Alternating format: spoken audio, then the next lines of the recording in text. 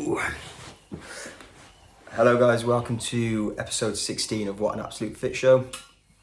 I am contending with this right now if you're watching it on video. I've got a dog in front of me and I've got a car alarm going off outside. So we'll try and get the technical difficulties out of the way as soon as we can. But basically today is all about questions and answers from a fitness point of view. If you're not watching this and you just listen to it on audio, I have got my dog Jeff sitting on me, so that's him breathing and not me. Anyway, without further ado, I'll see you on the other side.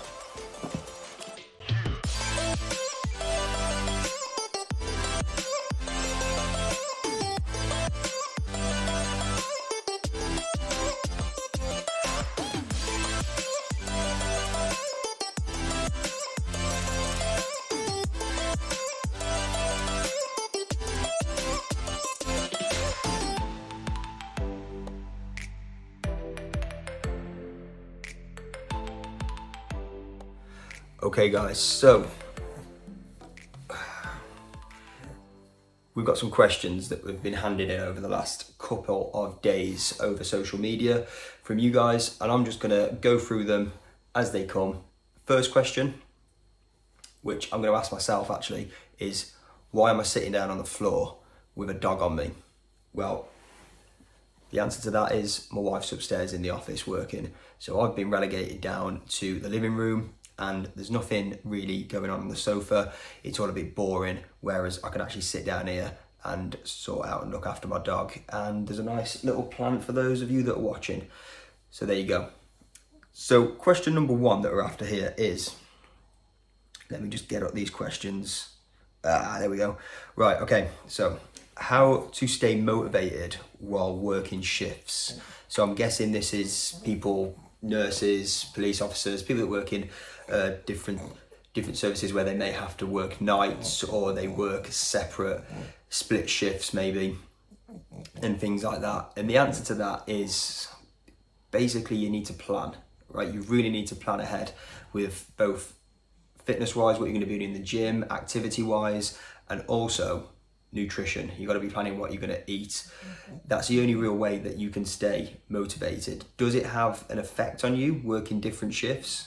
Yes. Is it better to be able to get up every day at the same time and go to bed every day at the same time and go to the gym at the same time and eat at the same time? Yeah, of course it is. But unless you're thinking about leaving your job and leaving your career to do something else, which a lot of people probably aren't going to do, and they're not in the right situation to be able to do, you've got to deal with what you've got. So my plan of action would be, if I was going to be working with you, we'd come up with a plan at least 2 weeks in advance. As far as your rota at work goes, we will probably plan around that. So what fitness classes can you get to? When can you get into the gym? When are you going to eat and what are you going to eat? It might seem like a bit of a ball ache, but it's worth doing, so that when you come to it in the end and you come to actually go into the gym or having some time to do it, you've got a plan around that. Okay, awesome. Next one. I hate the gym, it scares me. What can I do? Okay, so you don't always have to go into the gym. If it's based around going and starting a fitness journey or losing weight or putting on muscle, the gym isn't always necessary at the start or at all. Doing things like going for a jog or a run and looking at your nutrition a little bit better are the main basics for getting started. If it's a case that you don't like going to the gym because you feel intimidated or you feel that you don't fit in or you feel like you don't know what you're doing, there's a few different options that you can do. Number one, when you walk into a gym, you assume that everybody's looking at you, assume that everybody has turned around and they're going, oh, what's this person doing? What are they wearing? What are they going to do? I bet they don't know what they're doing. And if I'm being honest with you, literally nobody cares. Nobody cares. All they care about is what they're doing. Seriously, nobody cares. Another one that you could consider, going out to all of us PTs out there and all of us coaches, is get a coach for a little while. That is going to get rid of any fear that you have about going into a gym. That is also going to help you and push you forward in the gym. A lot of people going to the gym is the tool, right? You don't know how to use it yet. If you're just walking into the gym for the first time, you don't know how to use any of the machines, you don't know how to use any of the movements, you don't know what to do with those. Going in and getting a coach, a decent coach, even for a month or a couple of months, just to learn the basics and just to get a slight program, is going to help you massively. If I go back to when I first started going in the gym, and I've said this before on this podcast on my own, I wish now that I'd have hired a coach, because I probably wasted a couple of years on just messing about, not really knowing what I was doing, not really having any real set goals either. So if you're scared of going to the gym, hire a coach or find other things around going to the gym. You might not need to go to the gym. And maybe, here's another one for you off the back, find somebody to go with you. If you've got a fear of getting into the gym, then why don't you find a friend or ask a family member, will you come to the gym with me? We're just going to walk on the treadmill. Can you come to the gym with me? I'm just going to have a little look around. Yeah, going in with other people is definitely going to help. All right, what have we got next? Oh, how to not get bored of my programming. So I'm hoping that's not one of my clients. How to not get bored of my programming. So basically, programming can be boring. If you're following a program that changes every single week completely, then you're not giving your body enough time to adapt, and whoever's writing that program is writing it for you so that you're not getting bored. Okay, programming can be boring. You need to be following and doing the same thing realistic, unless you're doing something like CrossFit or High Rocks where you need to change it up and it needs to be a bit more varied. If you're looking at putting on muscle, you need to be following the same program for at least 8 weeks and then going for a deload. Because if you're just changing it up every single week and doing something completely different, you're not giving your body time to adapt. Now, that being said, if you get bored easily in the gym, you can change things up slightly with different sets and reps, adding in drop sets, adding in supersets. Maybe if you're doing some cardio at the end and you're on a treadmill or a stepper, why don't you go in and do a 10-minute Metcon that's going to be different every single day? There's little things to make it more interesting. And after 8 weeks, your program will change up anyway. So there you go. How often do you release podcasts? So how often do I release podcasts? Well, you can probably tell that it's not very often at the moment, and I do need to get better at talking on the mic, and I do want to do more podcasts because I think it's a really good tool for my business and I really enjoy doing it, but I've not been able to do it recently as much because I've just had lots of other stuff going on with various different things with the PT company and also wanting to spend more time with my family. But now I am looking to try and get at least one every 2 weeks out, released on a Thursday. I've got some really cool guests coming up actually over the next couple of weeks, so I'm really excited to get back into it. So there will be more, although it's taken me about a year to get to episode 16. But did you know this? Actually, I heard this on another podcast, that most podcasts fail after 3 episodes. So the main number of podcasts that people put out when they start a new podcast is 3. If you get to 10, you're in the 90th percentile. If you get to 20, you're in the 90th percentile of the 10 of the people that release 10. So you are really, really, really, if you've got 20 podcasts out on your show, then you're doing really well. So that's my goal, is to get to 20 as soon as possible. Anyway. Okay, next question. I've only got enough time to train twice a week at the moment due to work and kids. I've been told that you need to be training at least 4 to 5 times a week, otherwise it's pointless. What can I do? Right, so that one, whoever's told you that only training twice a week is pointless, don't listen to that, because any sort of training is good. Okay, if you can only get to the gym at the moment twice a week, that's absolutely fantastic. Carry on going twice a week. If you do want to try and train a little bit more often, then again, it's planning. Like I said before, you've got to plan your workout. So I go through my diary on a Saturday or Sunday night, and I plan out my workout days, where I'm going to train and what I'm going to do. And I fit it in between clients, or I'll go to a separate gym and do that a couple of times a week, because it gets me out of the gyms that I work in, sort of thing, and I'll train there. But if you really can only train twice a week, that twice a week is better than training not at all. Okay, so don't listen to the person that said that. Are you going to get your gains faster by training more often? Yes, but also think about recovery as well. And it's not all done in the gym. You need to think about nutrition, and you need to think about what you're doing outside of the gym. So yeah. Okay, this is an interesting one. How have you found it training people in different athletic abilities? So yeah, it has been challenging, because there's certain things that as a coach I wouldn't feel comfortable doing. So if somebody came up to me and said, Nick, I want you to prep me for a bodybuilding competition, I wouldn't do it. I've not really got much interest in doing that. And two, I don't really know, I wouldn't really want to get into doing that. And yeah, I don't know how to. I don't know how to get somebody into that stage shape for a couple of hours or a couple of days, however long they're in that shape for, and to maintain that. It's not the sort of coach that I am. Now, sort of things that I have taken on, and I have grown and researched and invested in myself in learning over the last couple of years, is doing lots more working with different sports and working with different people that do different styles of training.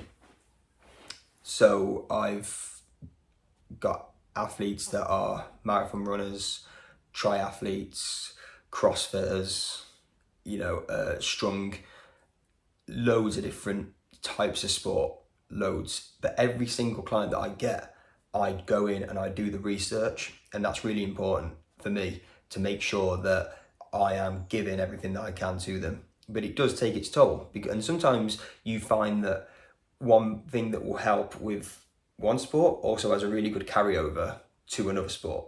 Like, I'll use an example from actually this morning, a client that I had. We were talking about, she does a lot of rock climbing, and she told me, she's like, I'm really struggling with endurance. I have to keep on stopping. I feel stronger, but it's the endurance for me that I'm really struggling with at the moment. So after I finish this podcast, I am going to go and I am going to do a little bit more research into climbing, into muscle endurance, things that we can do in our sessions and things that I can give her to go away and do. And it's just things like that. It's all about research, and it keeps me growing as a coach as well. So actually, I love it, and that's why I take on lots of different disciplines. Okie dokie, next up.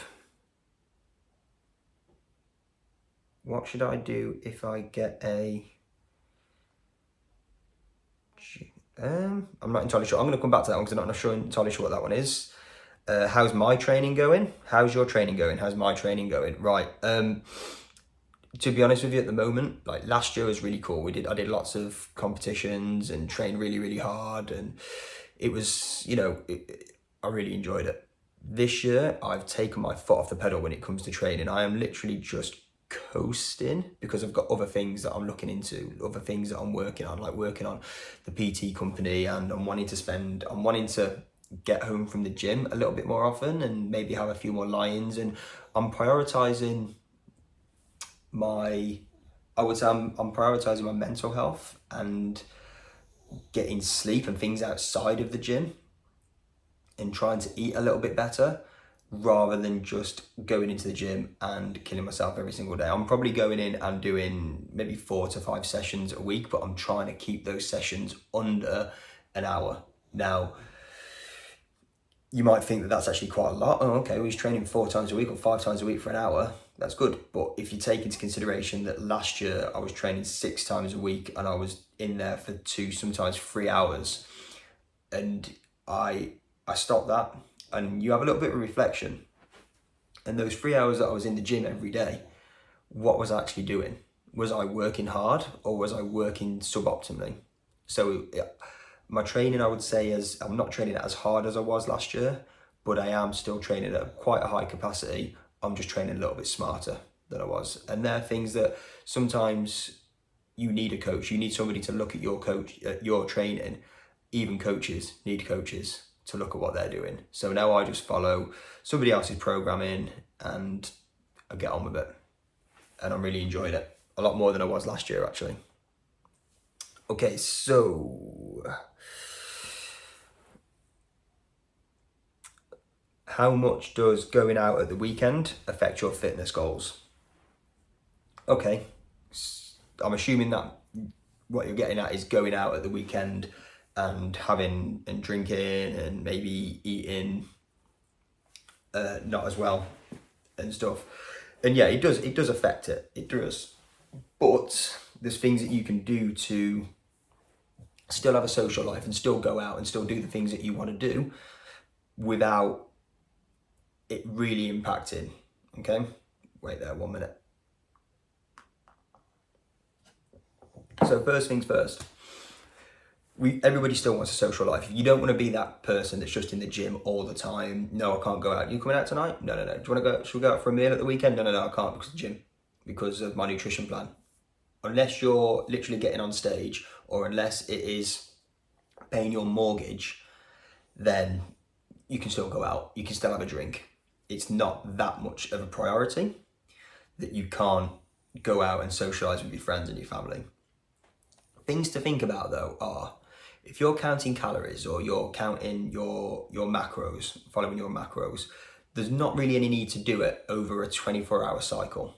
You can do it over a week. So if you are looking to be in let's say you're trying to hold maintenance calories, you could, but you know that on Saturday you're probably going to go well over your maintenance calories. You can just eat in a deficit for a couple of days that week. Yeah, just 100. If you just go into a slight deficit of 100 calories every day, then you've got an extra 500 or 600 calories saved up for that Saturday night. That's one way of doing it. Is it ideal? Probably not. But calories top up, especially when you're drinking alcohol. So I did hear this being said recently on another podcast that I was listening to, that alcohol is happiness stolen from tomorrow. And kind of that is true when you think about hangovers and things like that. But you've got to just get on with it. You've got to just get through life. And socially, alcohol goes hand in hand with going out. Things that you can do: drink water in between every alcoholic drink that you have. And again, I say this, and I've said it loads on this podcast already, but plan. Yeah, make sure you plan. So from a point of view of food and calories, have a look at the menu about what you're going to have before you go, if you're going out for a meal. Focus on your drinks. Give yourself a limit on drinks. Yeah, it's going to be easier now that drinks are really expensive anyway. I always put a little bit of it. If I'm going out, I'm like, right, okay, cool. I'm limiting myself to probably 3 drinks. Yeah, 3 alcoholic drinks. But I'm gonna have as much Coke Zero as I want.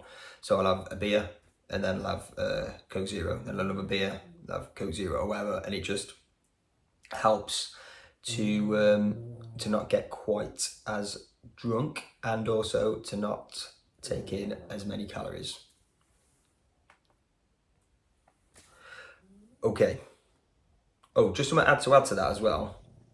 Maybe if you're going out on a Saturday night, don't set yourself a massive training session for Sunday morning. Maybe skip the gym. Maybe know that you're going to feel a little bit iffy. You might feel a little bit hungover on Sunday morning if you're going out for a big session on Saturday night. Maybe don't try and plan. Get all your gym sessions in and get everything that you've planned to do over the week done before that. Okay.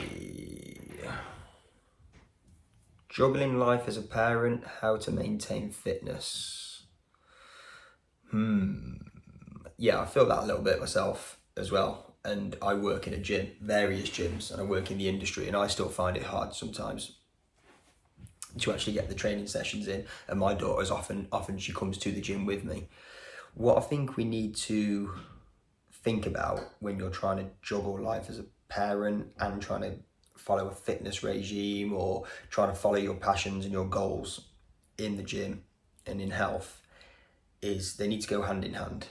You know that having a kid, you're probably not going to be able to go to the gym as often as you could before you had a kid. If you've got a newborn, it's going to have a big impact on how much you can get to the gym and also how much you're going to be bothered about what you're eating, because your main priority isn't you anymore, it's your child.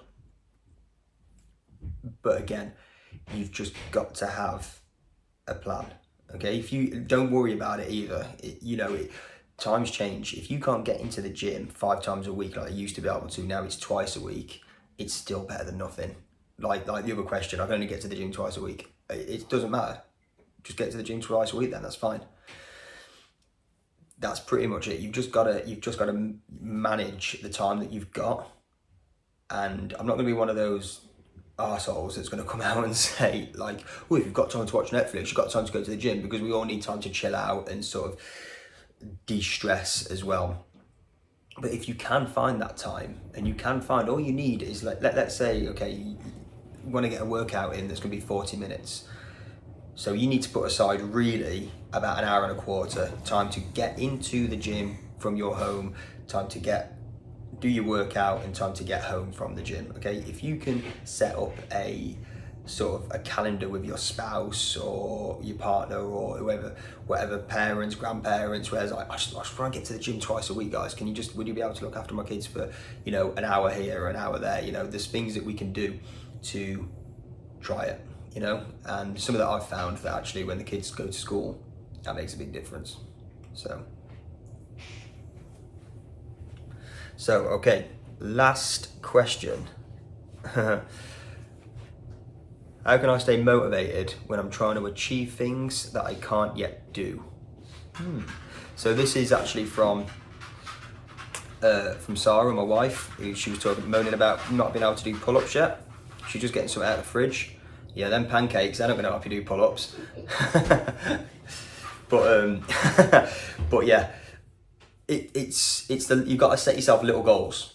Okay, so for Sarah, doing a full pull-up from full extension all the way to the top is going to be a big goal, because she's never been able to do them, and she comes to the gym, but she just does classes really high intensity, doesn't do a lot of sort of slow resistance training or a lot of technique work. So it's setting little goals. So for example, like in Sarah's case, let's go, you're not going to be able to do a full pull-up yet, but get on a box and jump and try and get your chest up to the bar, or try and get your chin over the bar, and then slowly bring yourself down. It's finding those little things, those little wins to keep you motivated. If we were going to do that with running, is probably a better example. I'm trying to get 5K in under 30 minutes or whatever. At the moment, I'm doing it in 40. Okay, well, let's take little steps, try and get it in under 39. Then try and get it in under 38. And these goals, they don't have to have a time limit on them. Everybody talks about it being time efficient, and you've got to have time to be able to actually, you've got to have a set time. I've got to get this done by this date, or I've got to get this done in 2 weeks. Do you think in 6 months I can get my first pull-up? Do you think, like, other things jump in the way? So putting those little micro goals in really, really help. And that is it, guys, to be honest with you. I've been going for about 20 minutes. These little Q&A ones are gonna be probably every other week. Every other one I'll probably do on my own now. And we'll just do it as like little Q&A ones, or if I've got something that I wanna say, a little subject I wanna bring up. Seriously though, talking on your own, on a podcast, or just talking basically to a camera is really, really fucking difficult, all right? So I'm trying my best to talk to you guys as I normally would, but it is quite difficult. So I don't really like doing ones on my own. I'd rather do them with guests. And we've got some really cool guests coming on over the next couple of weeks. So I hope you enjoy it. Anyway, I'll see you guys soon. Ciao.